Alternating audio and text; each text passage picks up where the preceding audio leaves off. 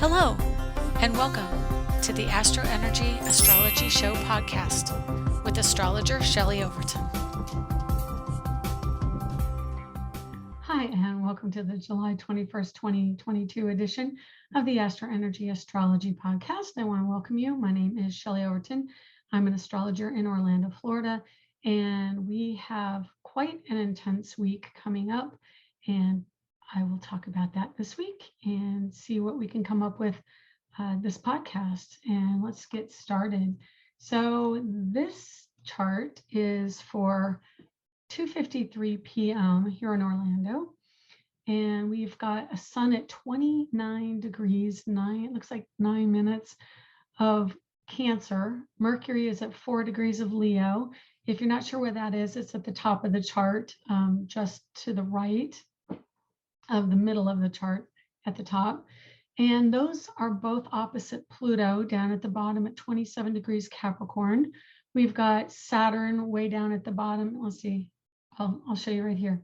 I can't even see my it's there somewhere. There it is. Down at the bottom of the chart, you see at the very bottom is Saturn.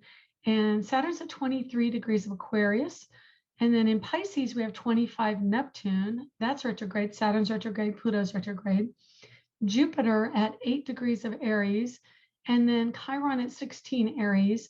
Mars right now is at 11 of Taurus, and I was watching it earlier today. The moon was at 11 Taurus as well this morning, and now it moved on to 12 degrees. So it's right between Mars and Uranus at 18 degrees, and then the North Node at 20 degrees Taurus. Venus is at 4 degrees of Cancer, and that comes around to the beginning of the chart. I don't have any asteroids on this particular chart right now. We can look them up and just see where they're at. I usually like to kind of keep a look out for Vesta. Looking for my glasses. Where the heck do my glasses go? There. So Vesta kind of tells us where we have to mind our P's and Q's. And Vesta right now went retrograde early in July, right around the 6th of July. So she is still at 5 degrees of Pisces. We've got Juno, which is also where we look to get involved with another person. It's kind of like a marriage aspect. 21, let me see, is that 21? Yeah, 21 degrees of Pisces. Chiron is at 16 degrees Aries. And Pallas Athena is in Gemini around 8 degrees of Gemini, just at 8 degrees. So yeah, we're going to look at what's going on between the planets. And I can tell you, sorry, my hair is always really fly away. I'm under a fan. It's so hot in Orlando. It's in the 90s lately. And generally I need the fan on. So I'm sorry, but yeah, I'm going to be blowing around. My hair is always blowing in my face right here, these little straggly fine hairs. So my apologies if it annoys you. I don't intend ever to annoy my listeners, but we're going to go over this right now. And so this week there was a T-square between the moon squaring the sun and Mercury, and also squaring Pluto opposite the sun and Mercury. And so that energy that we felt, I think it was a day ago, maybe like early yesterday morning, when the moon had just gone into Taurus. And that was a real intense energy with change. Pluto in Capricorn, I've been feeling it in my body, in my bones, and that's Pluto in Capricorn. You can get heightened sensations in the bones and joints, but like the knees, generally the teeth, any place where the structure of the body is affected.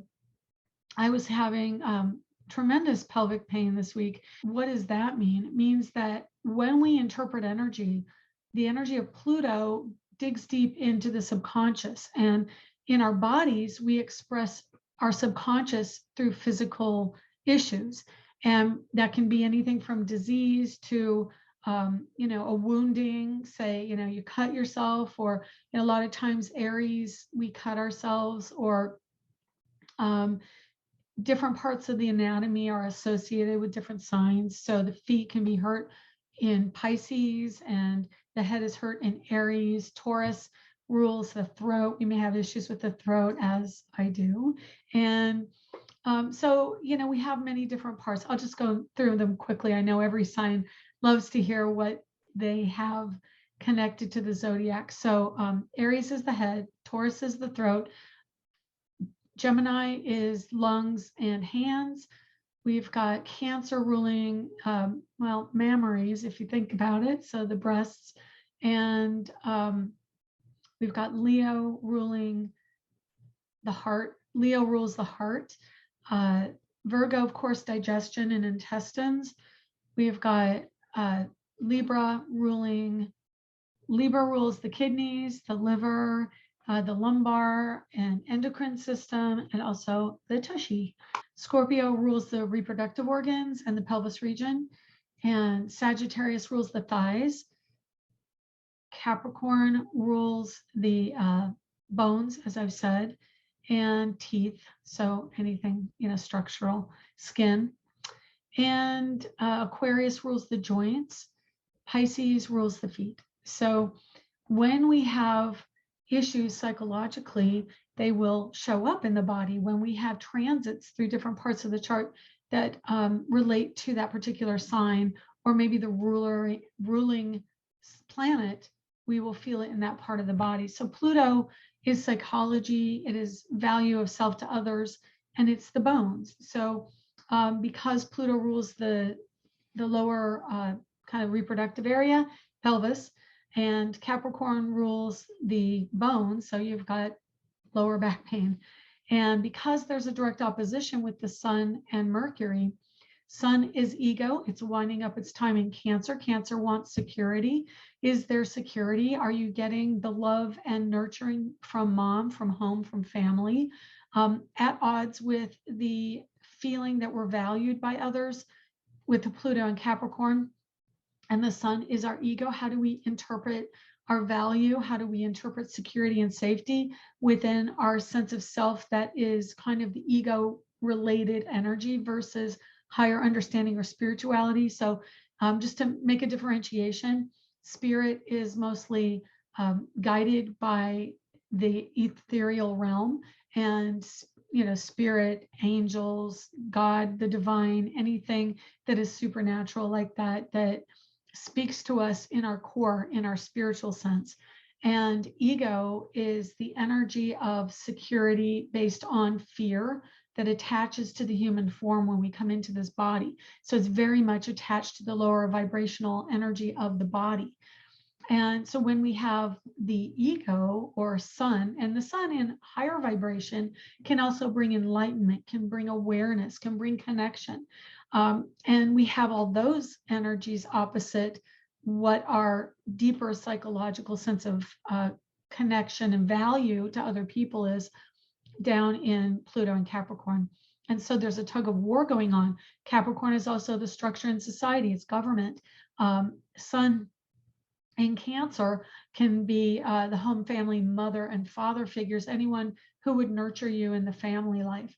And then Mercury is now in Leo, and Mercury in early Leo means we're initiating energy to understand relationships, to understand children, playfulness, a little more reverence. The fire signs are more bubbly and driven. It can mean leadership in a sense of ambition. It is, just being in your authority, in connection to other people. Like, how do you relate? How do you connect? So having Mercury, our thoughts are now on connection. Sun at 29 is wrapping up an old story of home, moving into the new energy of creativity and authority within your personal soul group and personal connections, versus the opposite of Aquarius, which is soul connection. So Sun Mercury is pretty intense. Mercury also rules our thoughts and neurological system. It's how we analyze. It's where we find mental security and mental groundedness. It can be the air energy of Gemini, where it's thought, getting stuck in a loop, or it can be writing and expressing and vocalization. It's also the energy of Virgo, rulership of Virgo, which is the teacher, which is being of service, having a certain amount of responsibility. All the earth signs have a sense of responsibility, and Mercury in the Virgo energy is very responsible. Mercury in Leo wants to talk a larger story, a more dramatic story. How can we connect to people through embellishing and making ourselves bigger because we feel maybe insecure in the lower vibration? We feel very much autonomous and in our self and our presence in the higher energy of Leo. So having the sun straddling the cusp between Cancer and Leo is going to bring a sense that we need family, we need home, we need mom, but we also need children. We want that connectedness to both mom and children and family and playfulness. So we're finding that coming out right now. Relationships are very much in the spotlight. And then that also refers over to Mars, Moon, Uranus, North Node. And to break that stellium apart, also Mars, Moon, Uranus, North Node. So of course the moon is only going to be there for like another day, day and a half. And so currently this part of the week, the end of the week of the 15th, or, I did last week's podcast starting the 15th, which is late last week, but basically the 20s ending this week, early 20s. We've got moon really is an initiating and also a conclusionary energy. It creates where we see things culminating. And so having the moon on Mars, we are really focused on the drive towards security, the drive towards material growth, the drive towards romantic growth. Really engaging our sense of value as a person. Are we valuable? Remember, Taurus is the second sign of the zodiac. And that means that when we initiate this body, we come in under the Aries energy, the first house. We go into the second house right after that, and that's the materiality. Initial, the exertion, the drive to be born, to come in energetically and manifest ourselves into this world is Aries. And then, having, that's the drive impulse. Moving into Taurus, which is the physicality. Now we're in a body. What do we do with this body? How do we see our value in the material sense? How do we see what's around us in a material sense? How we look at what's around us through material eyes. And so Mars, being that drive of Aries, is very motivated towards manifestation and manifesting growth, manifesting wealth and love and material things in the material realm. It's a very much an earth sign, which is, agriculture. I've said this week in and week out. If you don't know it by now, you're probably never going to get it if you're a repeat listener. But yeah, Taurus rules agriculture, it rules gardening, it rules house plants. I've got about a dozen house plants now. I propagate like crazy. And so I've got a whole windowsill full of plants. We are seeing the rise again of plant stores, which were really popular in the 70s. I remember when I visited my aunt in South Dakota in the 70s, and I went out and visited plant stores, and I'm like, oh my gosh, it's such a 70s thing to me to see plant stores. But they have one on the other side of town here I went to a few weeks ago, and it's just a really good vibe. Plants really encourage us in our energy to feel at ease, and they replenish the oxygen in the air. They can really just center us. So I encourage you to get plants if you're feeling a little wonky right now, because we have this other energy of late Cancer, early Leo, and an opposition of Sun, Mercury to Pluto kind of over there now. Pluto, of course, is in Capricorn, which is in trine energy to the Taurus energy. But when the moon was there yesterday, again, it was at late Aries squaring. As Chiron continues to move, it will be squaring, probably won't quite get to a square with Pluto. Let's just look it up. I don't know how fast Chiron's moving, not very fast. December, Chiron's only at 11 degrees Aries, and Pluto's quite at the end. So I don't think Chiron's going to really square Pluto before Pluto moves into Aquarius. So we'll keep an eye on that. There may be a square when Pluto retrogrades back into Capricorn and Chiron has moved forward, because Chiron only takes a year and a half to go through a sign. So there's a chance, I think a sliver next year, that Chiron's going to square Pluto, which will again be another very significant moment for the world, because Chiron is the energy of the wounding. Pluto is major life change, and the square between the two can definitely bring about this deeper significance on how we deal with the Aries energy, because it's going to have to be in late Aries to even have that square. So it's going to be a real push through with masculine energy. The energy of everything I always say week in and week out with Aries: masculinity, building things, construction, fighting, violence, all of the usual suspects, emergencies, the blood, the head. And so that's one other thing Aries rules is blood. Okay, so back to our Taurus energy. Uranus and Taurus is giving eccentricity. It's giving alternative lifestyle, alternative points of view to the dogmatic energy of an earth sign, because earth signs get really bogged down with material goods and say, no, this is something material. This is only ever going to be what it is. And Uranus says, no, but what if you use it for this? Or what if we could do that? And it alters it. It changes our idea about it, and it shifts awareness. It awakens us to other things that this physical energy can be about. And so having Mars approaching, again, I said August 1st, Mars, Uranus, and North Node, all at 18 Taurus. It's mid-range. It's right there in the energy of Virgo. It's going to be a healing moment. It's going to be a global healing moment through awareness, through value. We recognize our personal value, and how are we going to see ourselves and the things around us as something that has connection to the collective and not just to our own ego needs. How do we raise the vibration to something bigger? Being in the Virgo decant, 18 degrees, we're going to be of service. We're going to see a global manifestation of energy. The moon today is really triggering that approaching stellium conjunction.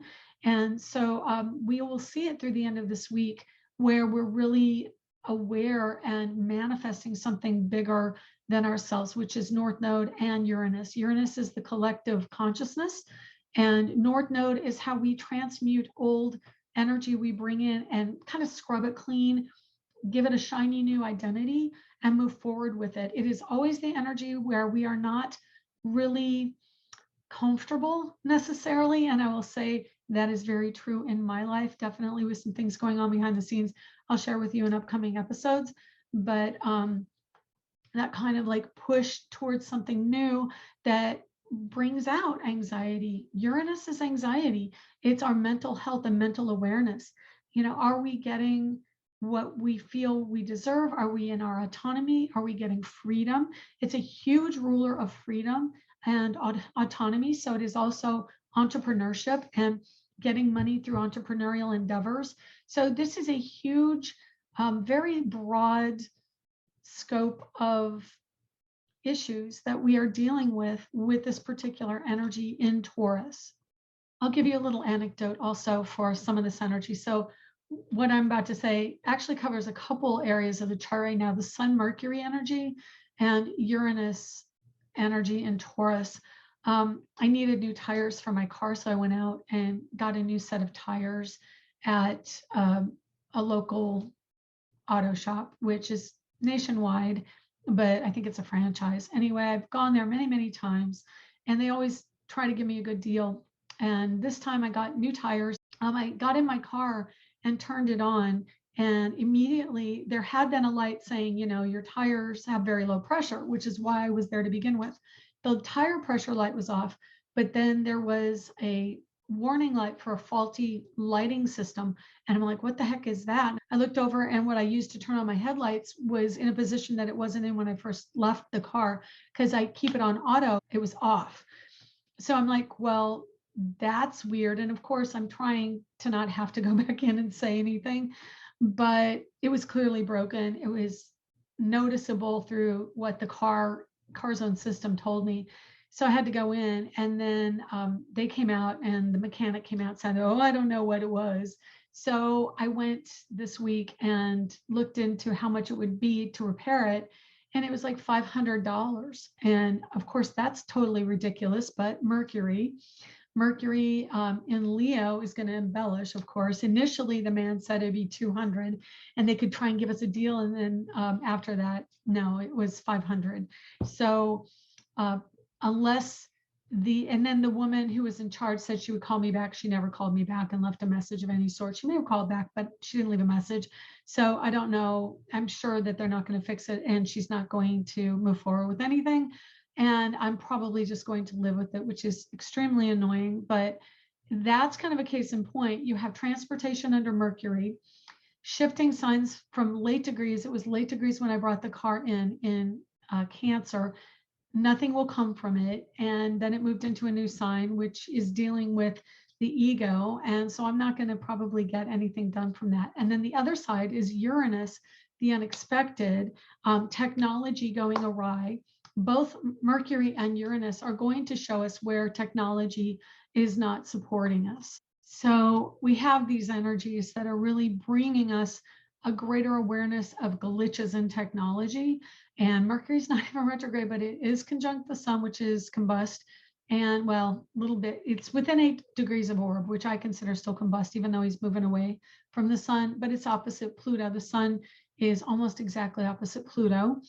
And then Moon Uranus. So we've got a tremendous amount of energy right now going into our awareness of things, our awareness of shift.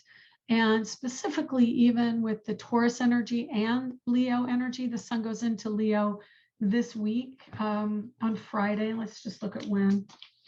Enters on at 4:07 p.m. Friday Eastern, 1:07 p.m. Pacific. And I think that's either 10 p.m. England or 11 p.m. I'm not exactly sure. I think it's 5 or 6 hours different. So you might want to do the math on that yourself, England. I'm sorry, or Europe. I apologize. There are so many time zones in Europe anyway. You probably would be best to just add your amount of time to New York time. Anyway, yeah, so we've got this stellium approaching. And of course, Mars over the next week is going to eke closer and closer to Uranus. And what does that mean? More assertiveness on the part of women, more activism, because Uranus rules activism. Mars is taking action towards the collective.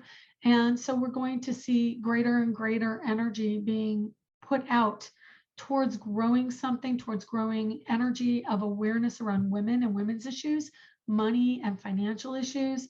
And I have to say right here, I know that last week I mentioned the heads of state. I think Sri Lanka also lost a prime minister. If I'm not mistaken, he was forced to step down. So we had Sri Lanka, England, who was the other one? I don't know. There were at least 3 or 4 heads of state, all dropped like flies over the course of the last week. And I know that England is in the process of getting a new prime minister. So I'm very anxious to see who that becomes and hoping for a woman, likely a woman. But, you know, being Uranus is always what you think it is and then turn it on its head. So it can always bring in the unexpected because that's the quantum energy of Uranus. Venus at 4 degrees of Cancer, she's just going into the energy of home and family. That means that we are starting to initiate new ideas around home and family. It could be redecorating, could be a new project around the home, especially with Moon Mars conjunct and then Moon going into Gemini over the weekend. We have a Gemini weekend. We have mostly the first half of next week is going to be Moon in Cancer. The second half of next week is, or the week that this is for, which is the, let's see, 22nd through the 29th is going to be, so the Moon in Cancer, the first part of the week is going to really put the focus on home as per usual, more pulling back, withdrawing, being in our emotions. Second half of next week starts with Thursday, new moon, going to be a big day. I think it's a fairly good day. We've got Moon entering Leo at 2:36 a.m. on Thursday. Moon immediately joins with the sun for a new moon at 1:55 p.m., 10:55 a.m. Pacific. And that's at 5 degrees of Leo. So it's going to be, again, new initiating energy around a relationship, children, something associated with play, leadership. Let me see what else. Yeah, play, leadership, children. That pretty much covers it. And let me see what else. Oh, and then right after that, about 2 hours, 2.5 hours later, Jupiter retrograde. So what does Jupiter retrograde mean? Jupiter is the buoyant, bubbly, enthusiastic energy optimist of the zodiac. He is transformational and he wants us to understand things in a broader sense. He seeks out higher understanding.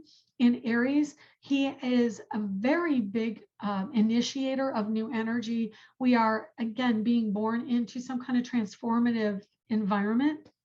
I would say, honestly, if you're going to do something to promote moving forward, even though he's stationing or coming to a standstill towards Wednesday of next week, I would say get it done before he goes retrograde, because the energy in, say, a birth chart or an event chart of a retrograde Jupiter acts more like Saturn. He is going to be a little bit inert. In other words, he's not going to have as much power when he goes retrograde. And then he goes back into N degrees of Pisces, which is wrapping up an old story. So, that energy of this year's Jupiter retrograde, early Aries back into Pisces, is going to be kind of like this inert energy, or it feels like we're not getting anything done, nothing's going anywhere. So if you want something done, my advice to you is get it done before Jupiter goes retrograde. That being said, there is fire energy with the moon in Leo and the sun in Leo joined for new moon. That is powerful energy. And then of course a retrograde Jupiter is like trining that energy, or 120 degrees apart. So it's kind of adding this tremendous fire to the flames, fanning the flames. And that's also going to express out in the material world through passion, through embellishment of stories, drama in relationships, but it's also going to be the energy of fire. And that obviously is already going on. I know there were fires in, I think, Australia. There are fires in France. There could be some others. I've heard of a few, but I don't remember them off the top of my head. So know that it is fanning the flames of fire and passion. And that can be really good for relationships. It could be a good day to initiate some more in-depth relationship stuff. And then I will just give you this. This is specifically out of my daily planetary guide. That's the book I use. And I like this, so I'm going to read it to you. An opportunity or an accented time frame. Again, this is 1:55 p.m. Eastern on Thursday, the 28th. This Cazimi moon is usable 1/2 hour before and 1/2 hour after the sun moon conjunction. If you have something important to start around now, this is a great time to do it. And I would tend to agree, get it done before the Jupiter retrogrades. But even so, think about that. When you get that done, Jupiter is stationed, and then afterwards, Jupiter goes right back on that new moon. And so it's going to be kind of like very bright energy. Jupiter is travel. And so there could be some kind of travel plans that change direction come Thursday of next week. And then I'm just going to kick into Friday real quick and wrap it up. There are a couple of squares of moon to Mars, moon to Uranus on Friday the 29th. This Friday, tomorrow the 27th, we're going to have a lot going on as the moon enters Leo, or excuse me, the sun enters Leo. Again, ramping up fire. What? Tomorrow's the 22nd. Second. Yeah. 27th. Oh, I'm pretty sure I said second. I may have sounded like seventh. If I said seventh, I apologize. It's 22nd. Thank you for that. I've got a peanut gallery over there. And then moon in Taurus trines Pluto, but of course will be in square energy to Leo, but I don't think we're going to have a lot of difficulty with that because the moon enters Gemini at 10:11 p.m. Pacific, 1:11 a.m. on the 23rd Eastern. And so immediately goes into the Gemini energy, answering to Mercury, and then sextiles the sun at 10:58 p.m. Pacific, and then 1:58 a.m. Saturday Eastern. Saturday's couple sextiles, one to Jupiter, one to Mercury. So it's going to be a great day for travel and social aspects, especially Mercury and Leo. Anyway, that's a lot of info for you to digest this week. And I want to thank you once again for coming, stopping by. Please do share the podcast. We're growing the numbers. Like, comment, subscribe below. Give me a rating on iTunes. I'm everywhere. iHeartRadio, Google Play, Apple iTunes. I've got it covered everywhere. And you can find me every week at angeliczodiac.com. right now still working out the website stuff, but the address is down below in the links. So it's just kind of a workaround right now. Anyway, that's all. We will see you soon and take care. Let me know if you would like a reading. You can get me on, and well, just go to Facebook. I've got all the readings, Facebook Angelic Zodiac or Facebook Astro Energy. Also, join up there too if you want. And you can see a lot of the charts and other things that I post throughout the week on Instagram. Okay, that's all. Take care and have a good week. And fire energy likes to talk, write it down. That'll help you disseminate the fire energy and the drive that may be frustrating. Anyway, take care. Talk to you next time. Hi, and welcome to the moon. My daughter just came in and she has the cutest look on her face. Is there anything you want to tell me? Yes, but you can go. Okay, I can't wait to hear. So surprises, Uranus. Anyway, yeah, surprises, unexpected, that's quantum energy. We're gonna have that. It's a look like, so I'm very excited to find out what that is. My apologies for not telling you. I may cut this out. Hey, this is Shelley. I wanted to give you a heads up that there are a lot of new art prints at shelleyoverton.com. So go over there and check them out. SHELLEYOVERTON.com. Thanks. To purchase my ebook, Learn Astrology, you can find it at angeliczodiac.com. Hi, this is Shelley. Thank you for joining us this week. To contact me for a private reading, go to angeliczodiac.com under the Readings tab. Background music was provided by Kevin MacLeod at incompetech.com. Be sure to check back next week and subscribe through iTunes at Astro Energy Astrology Show.